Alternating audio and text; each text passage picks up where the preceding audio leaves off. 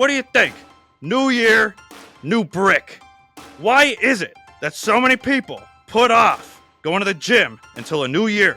I'm sure you've tried many times to get into the gym and lose weight and get healthy and whatever in the new year, and it works until it doesn't. What do you think? How do we do this? We have to look at this from a very long-term perspective. I think people forget when they're making these New Year's resolutions that they're talking about an entire year. An entire year. I would start off with a lower body day on the Monday. I know. And everyone hates it. Monday is because it's supposed to be chest day. I know. It is. What are you talking about? I know. Now, you mentioned sleep. I don't get that. What does that mean? I don't do anything while I'm sleeping. How does this help? Yeah. But you know what else has a side effect of burning calories, Brick? What? Literally everything else that you could ever do.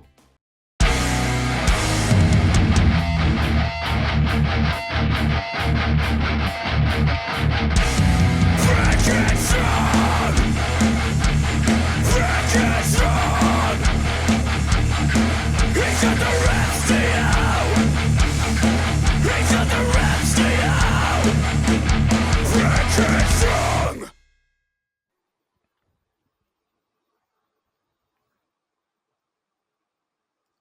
All right, I'm warmed up.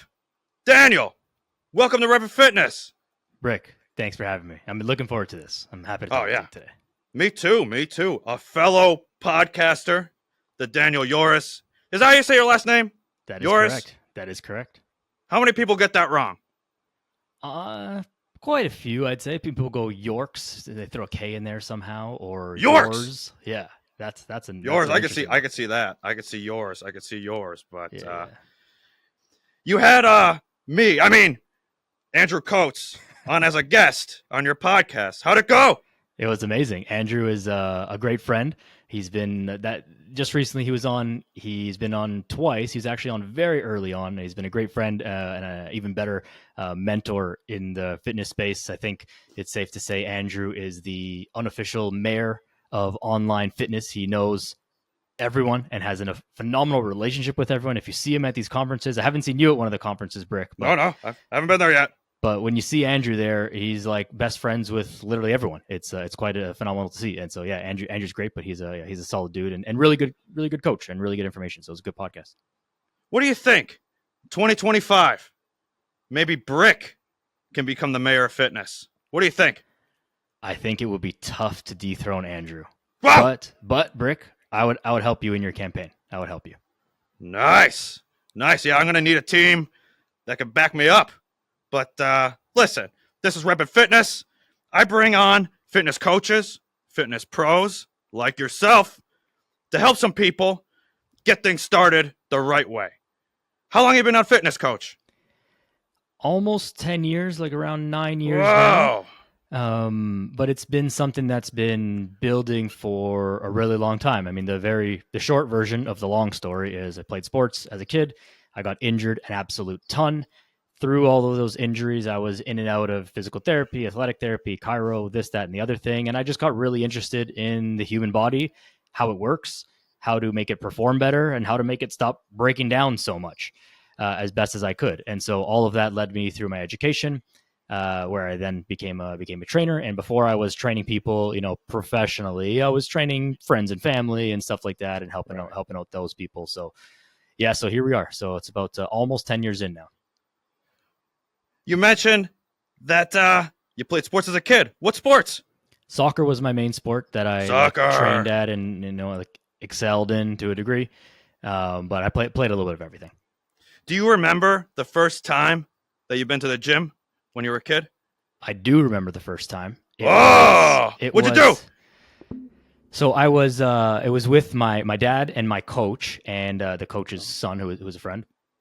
And we were like 12 or 13 years old. We were pretty young. 12 or 13. And he took us into the gym and we had a trainer, an additional trainer there. And we did, I don't remember all of the exercises that we did, but I remember that we did tricep dips like on a bench, which I don't really love doing that as like an exercise now. But we did like the tricep dips on a bench. And as a 12-year-old, I had never seen that. You've seen push-ups and jumping jacks and, maybe Yeah. planks and stuff like that, squats. But I was like blown away. I was like, what is this? Like backwards push-up thing. And so I remember doing dips on the bench, and then we did a couple sessions of those, and then we started doing some other training with our coach and with the team after that. But yeah, that was my first time in the gym. That's great. I remember the first time I was at the gym, but I was a stick back then. I put on a lot of size since back then. But, a new year's upon us, and I'd like to cut a little bit. I'd like to lose a little bit of weight. I got a little bit extra body fat on me. What do you think? New year, new brick. Why is it? Yeah, thank you. That's gonna be on a t-shirt. That's gonna be on a t-shirt. But why is it that so many people put off going to the gym until a new year? And then, on top of it, where do they go wrong? Because about 3 weeks in to the new year, no one's there anymore. What's going on? This is true. This is why some of my favorite time to take a break from the gym is actually in the beginning of January, because it's the most busy, and then you come back 3-4 weeks in towards the end of January, and it's back to normal times. What do you do during that? Well, that'll just be my off time, so it'll just be like recovering from injuries. Maybe I'll do some minor workouts and stuff at home, but I'll just not go to the gym. I do have like a little gym in my house, so I'll still work out. Oh, I'm jealous. Which is something that we'll talk about later. Maybe is just like how to keep the habit up, and it'll tail off like the end of this kind of New Year's thing. Yeah. As to why people wait until the New Year, I wish I knew, Brick.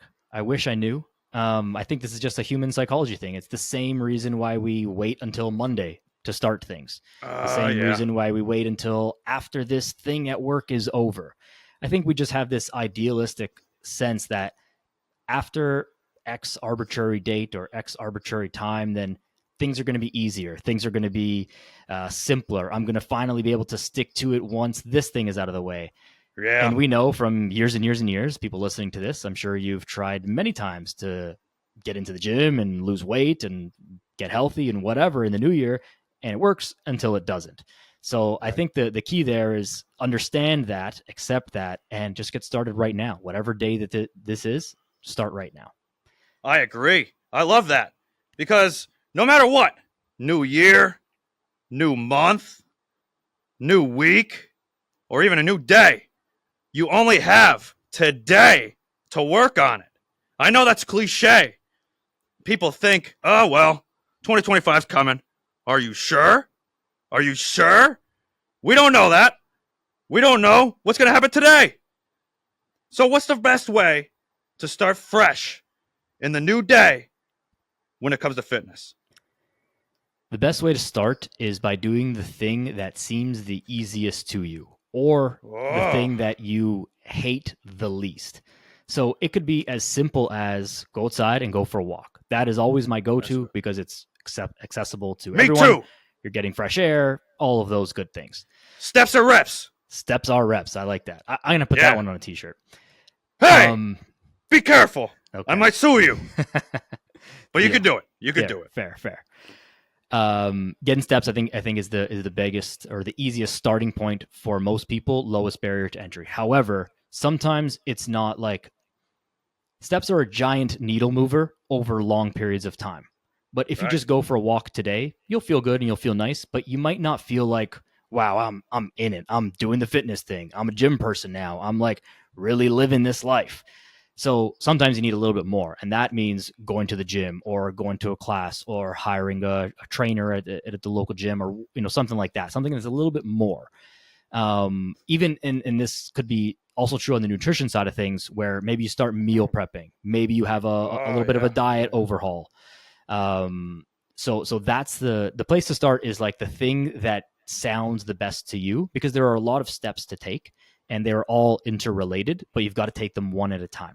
So start with wherever feels right to you, because there's no real true right answer, where if you start with this, then you're going to be successful. And if you don't start with that, you won't be successful. So start where you are, and then just take small little steps from there each day.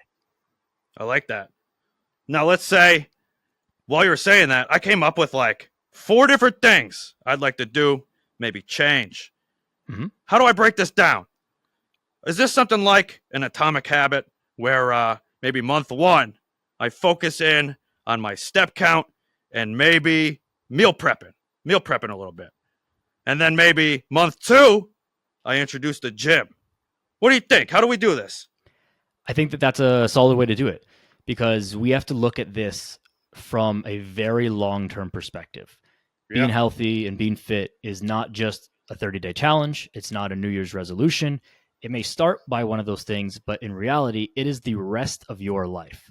So while it might sound slow to only focus on steps and meal prepping for month 1, and then we go to the gym twice a week in month 2, and then we go to the gym maybe 3 or 4 times a week in month 3, and we get our sleep dialed in, and then maybe month 5 we add some supplements in, and whatever the case is. That may sound a little bit slow, but that's how this lasts for the rest of your life, because we've got to build these habits. You're not just going to snap your fingers and overhaul your whole life and then let that stick. So you can try it, and you probably have tried that, and it probably hasn't worked. So maybe it's time to try a different approach. And so taking things slowly, just piece by piece, month by month, is a really good way to go about it. That's a great point. And also, I think people forget when they're making these New Year's resolutions that they're talking about an entire year. An entire year. Not just 30 days, not just the first 2 weeks. We're talking 65 this year? Is that what it is? Because we had 6 this year. We had an extra day, right? But over 300 days, 300 reps, you could get them all in. Take your time, though.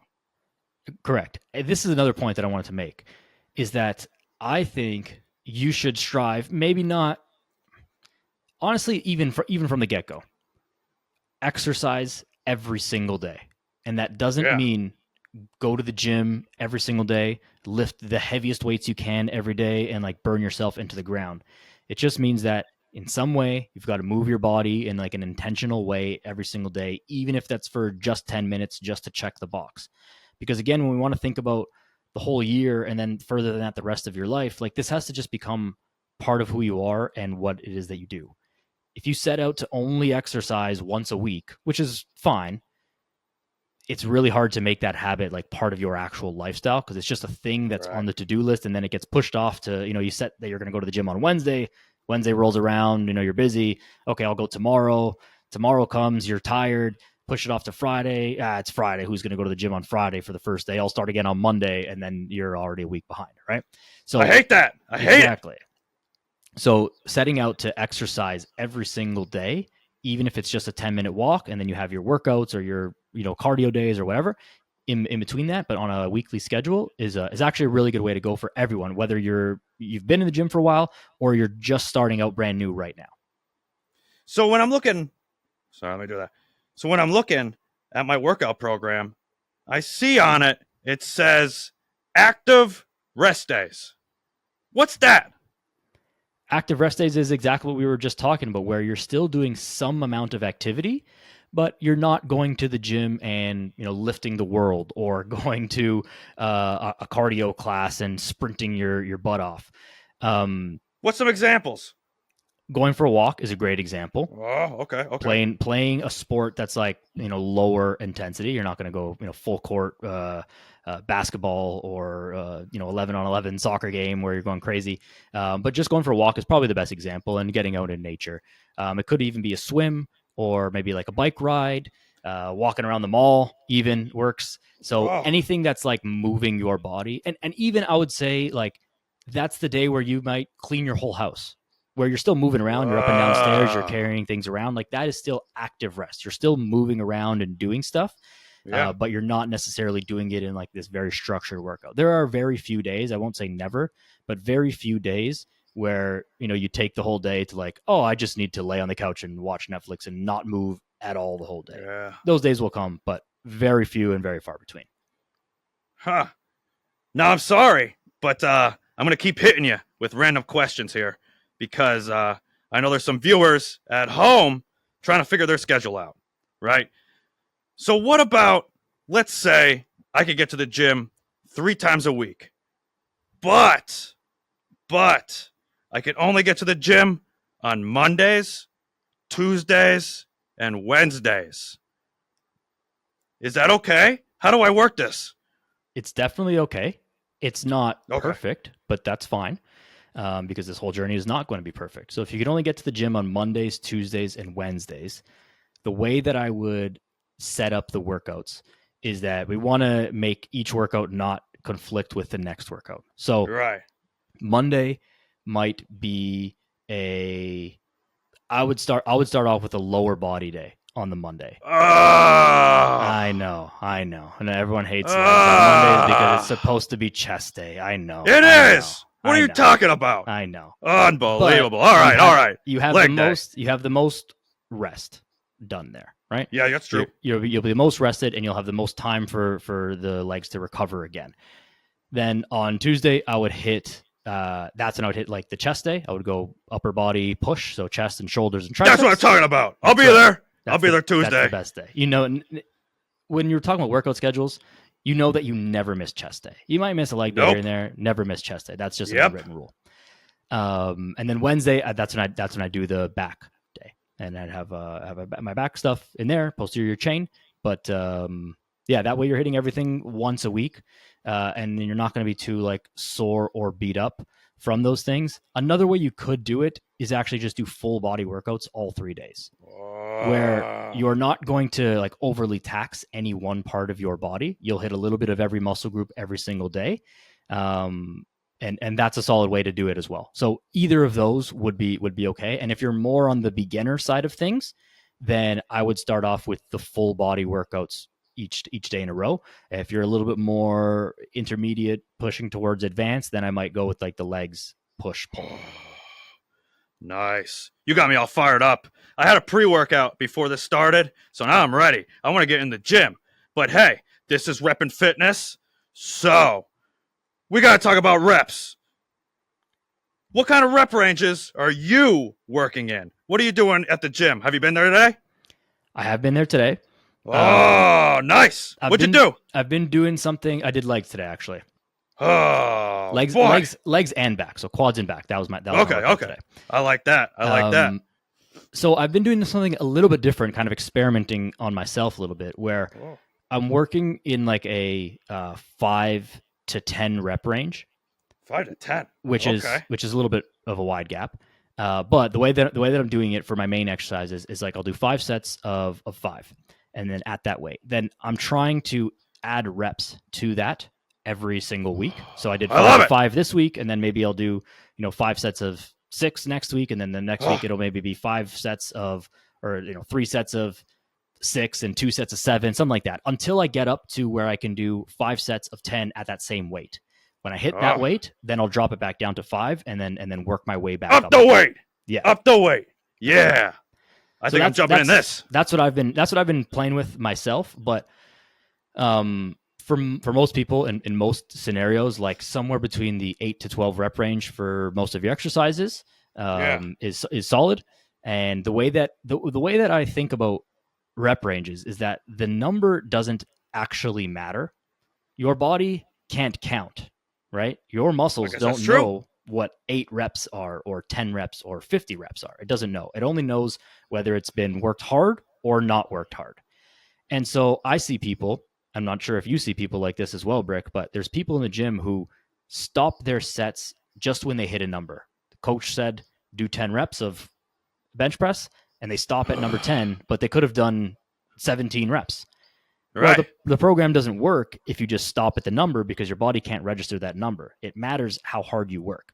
So when we think about rep ranges, if we say we're gonna use 10 reps, you should be barely able to get that 10th rep. The 10th rep should be a real struggle. And if you could do like 3 more reps, it's probably a little bit too light, right? So you want to be in a range where you're lifting heavy enough so that you couldn't get more than 2 additional reps from when you stopped.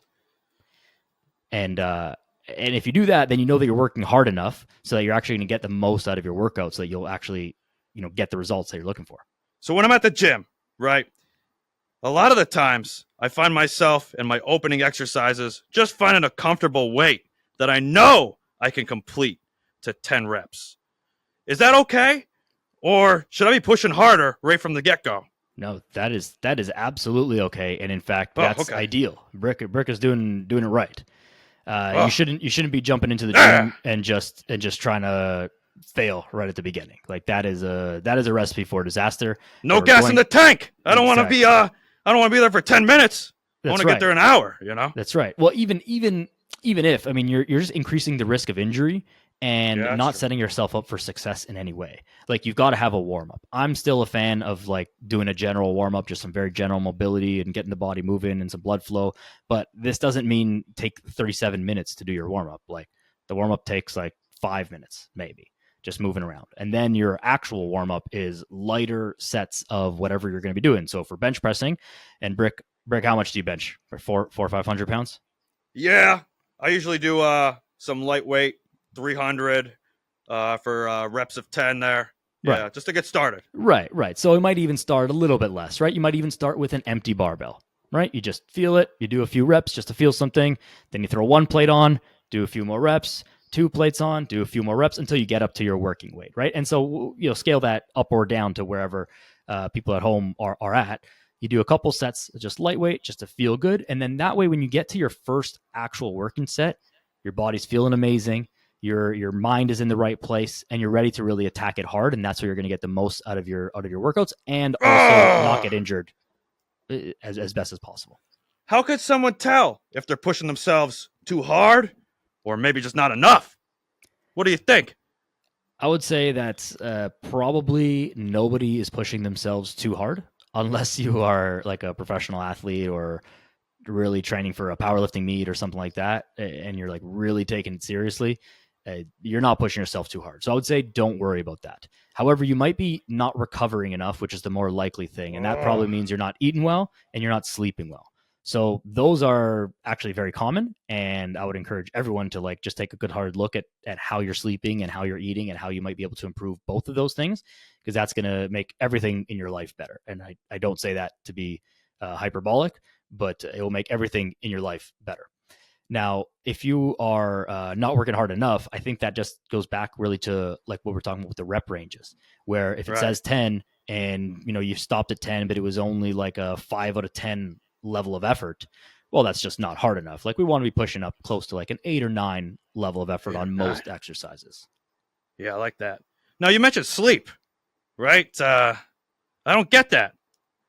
What does that mean? I don't do anything while I'm sleeping. How does this help? That is entirely the point. You What? don't do anything while you're sleeping, but your body does a lot of things while you're sleeping. And that is where the proverbial magic happens, let's say. Let's talk about that. Yeah. What's going on in my sleep? Why is it so important to get like 6 to 8 hours? Is that what people are aiming for? I would even push it a little bit higher if we're being idealistic, like 7.5 to 9 hours. Wow. But I know Nice. that's tough for a lot of people. So it's like get as much as you can is really the recommendation. But aim for, like, we want to have an idealistic thing to aim at and then the realistic thing to aim at. So 7.5 to 9 if you can. But if you can't get that much, first of all, ask yourself truly why you can't get that much. And I know that I don't have any kids yet, and so that's a whole other thing. So I get it if you have kids and you're in that situation, but get as much sleep as you can.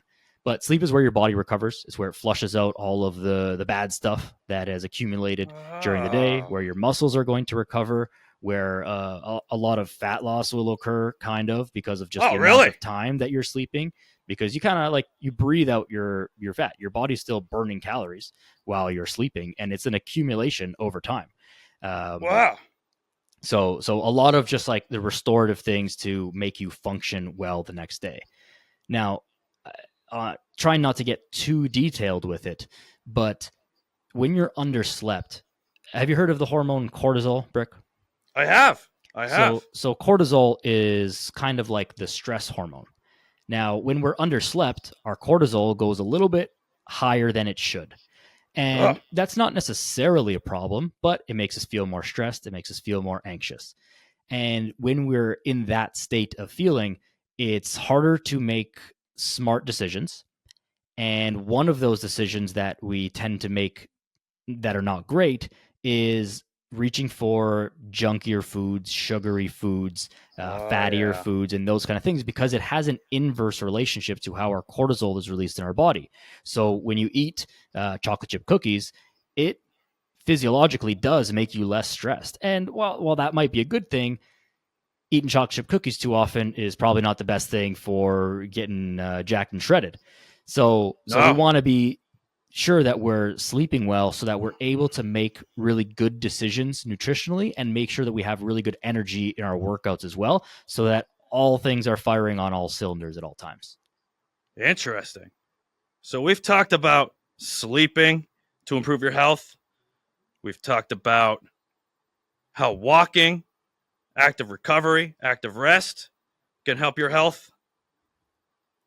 Let's say I've got a lot of viewers who are just trying to lose some weight, body fat specifically.